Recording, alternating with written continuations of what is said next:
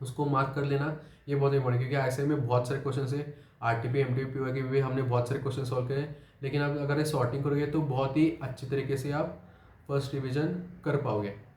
इसके बाद मैं चैप्टर वाइज बताना चाहूँगा। तो पहले मैं बताऊँगा फाइनेंशियल स्टेटमेंट का जो चैप्टर है हमारा मेन, वो बहुत ही ईजी चैप्टर है।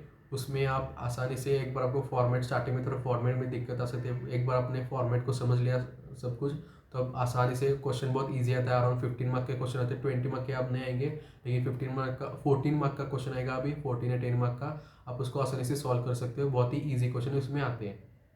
आपको अटेंशन इधर देना पड़ेगा, जो भी क्या हमें जो भी नीचे पॉइंट्स दिए थे उनका क्या इफेक्ट है, या जो बैलेंस शीट सॉरी जो क्वेश्चन में भी जो कंटेंट दिया है उसके क्या क्या इफेक्ट और क्या क्या ट्रीटमेंट्स करने हैं, वो आपको ध्यान में रखना होगा। जितना आप उसकी प्रैक्टिस करोगे उतना इजीली आपको जब एक एग्जाम में क्वेश्चन देखोगे उसके इफेक्ट और ट्रीटमेंट जल्दी से दिमाग में आ जाएगा और क्वेश्चन को आप जल्दी से जल्दी सॉल्व कर पाओगे। उसके बाद आता है consolidated financial statement accounting standard 21। आप अगर इसका देखोगे एक ही क्वेश्चन 4 बार पे गया है, सेम क्वेश्चन, बहुत ही इजी टॉपिक होता है। अगर अपनी अच्छी तरीके से उसको समझ लिया, बस आपको स्टार्टिंग में 2 वर्किंग बनाने पड़ते हैं, एक जो अगर परसेंटेज ऑफ होल्डिंग नहीं दिए वो, और उसके बाद एनालिसिस प्रॉफिट करके वर्किंग नोट, ये 2 वर्किंग नोट बन गई। बाद में बैलेंस शीट और पीएनएल दोनों ही बहुत ही आसान है बनाने के लिए। तो इसमें सेम क्वेश्चन 4 बार पे में सेम टू सेम आ गया है, सिर्फ अमाउंट में चेंजेस है। तो एक ऐसा क्वेश्चन है जिसमें आपको लिमिटेड क्वेश्चंस से आपको बहुत ही अच्छा 15 मार्क्स का, इसका 15 मार्क्स का 14 मार्क्स का क्वेश्चन है, तो आपका लेस टाइम में भी हो सकता है, अराउंड 20-25 मिनट्स में हो सकता है, क्योंकि इसमें ज़्यादा कुछ लिखना नहीं है। आपको क्वेश्चन समझ में आपने बहुत सारी प्रैक्टिस कर ली उसकी, तो आप आसानी से इसको कम टाइम में आप कवर कर सकते हो।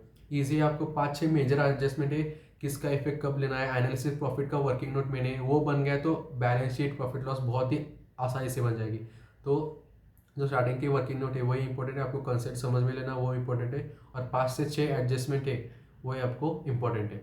इसके बाद बायबैक, बहुत ही आसान सा चैप्टर जो आप इजी से कर सकते हो। बायबैक और इंटरनल रिकन्स्ट्रक्शन, इसमें जर्नल एंट्रीज भी होती है।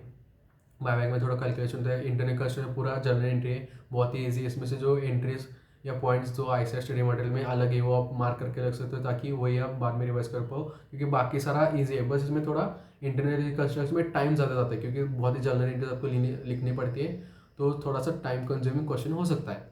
इसके बाद बड़ा चैप्टर है अमलगमेशन, थोड़ा ज़्यादा इसमें कॉन्सेप्ट है, थोड़ा आपको स्टार्टिंग से ही इसमें पकड़ अच्छे बने हुए थोड़े समझने पड़ेगा कि मर्जर है या परचेस है। तो इम्पोर्टेंट है कि आप अंडरस्टैंड कीजिए कि फ्लो ऑफ जर्नल एंट्रीज, जितना आप जर्नल एंट्री दिमाग में अच्छे से बैठा लेंगे, जो फ्लो है उतनी अच्छा आसानी से आप, चाहे क्वेश्चन सिर्फ जर्नल एंट्री मांग रहा हो या अकाउंट मांग रहा हो या बैलेंस शीट प्रॉफिट जो भी मांग रहा हो, आप आसानी से उसको तैयार कर सकते हैं।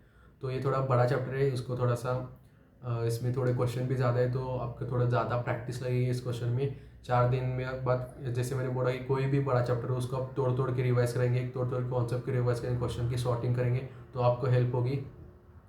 तो इसको इस चैप्टर में थोड़ी सी आपको ज़्यादा एफर्ट लगाना पड़ेगा। इसके बाद ब्रांच अकाउंट का टॉपिक है, उसमें से इसमें बहुत सारे कॉन्सेप्ट है, लेकिन 2 से 3 कॉन्सेप्ट है उस पर आईसीआई क्वेश्चन पूछता है, तो उस क्वेश्चन पे आप ज़्यादा पकड़ बनाए। ये भी क्वेश्चन आसान है, इसमें से थोड़ा बहुत एडजस्टमेंट का अगर आप समझ गए, सिर्फ 3-4 एडजस्टमेंट का पॉइंट, और कौन सा चीज़ का कहाँ ट्रीटमेंट करना है, कैसे प्रिपेयर करना है अकाउंट, तो बहुत ही ईजी है ये भी चैप्टर।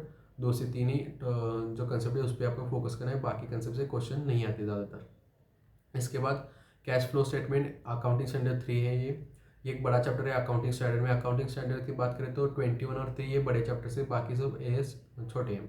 एएस3 में कैश फ्लो स्टेटमेंट में इंपॉर्टेंट है cash flow from operating activities की 2 मेथड है, direct method, indirect method. Direct method easy है, इनडायरेक्ट मेथड आपको प्रैक्टिस करना पड़ेगा कि क्या क्या चीज़ें उसमें आते हैं। तो जो इसके वर्किंग नोट होते हैं कैश फ्लो स्टेटमेंट के, वो बहुत ही इंपॉर्टेंट है वर्किंग नोट बनाना, 3 से 4 वर्किंग नोट बन जाती है इसके।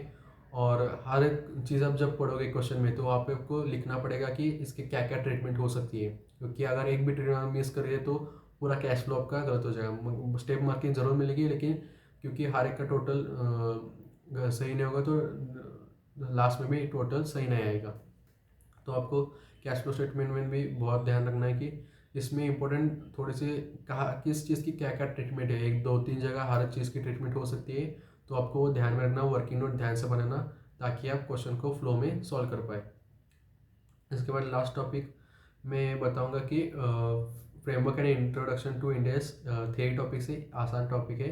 इसमें से भी क्वेश्चन फ्रेमवर्क से भी 5 मार्क के क्वेश्चन इजी क्वेश्चन आ चुके हैं, और इंट्रोडक्शन टू इंडियस में भी थियरी वाले क्वेश्चंस 5 मार्क के आ चुके हैं। तो वो ज़्यादा कंटेंट नहीं, 5 से 6, मतलब फ्रेमवर्क में प्रैक्टिकल है, थोड़ा बहुत थियरी है। इसका थियरी कंटेंट 5 से 6 पेज होगा, जो आप मतलब किसी भी मतलब सर के नोट से आप रेफर करके कर सकते हो। बहुत ही ईजी है, इससे मार्क करेगा तो 5 to 10 मार्क्स का बहुत ही ईजी कंटेंट इससे आ सकता है। तो मैंने जो भी अकाउंट्स एडवांस अकाउंट्स का जो भी कंटेंट था चैप्टर वाइज एएस के बारे में सारी चीज़ें बता दी हैं आपको। अगर आपको और कोई भी चीज़ जाननी है एडवांस अकाउंट या जो मैंने अभी बताया उसके में कोई भी डाउट है तो आप कमेंट में लिख सकते हैं, मैं ज़रूर उसका जल्दी से जल्दी रिप्लाई करने की कोशिश करूँगा।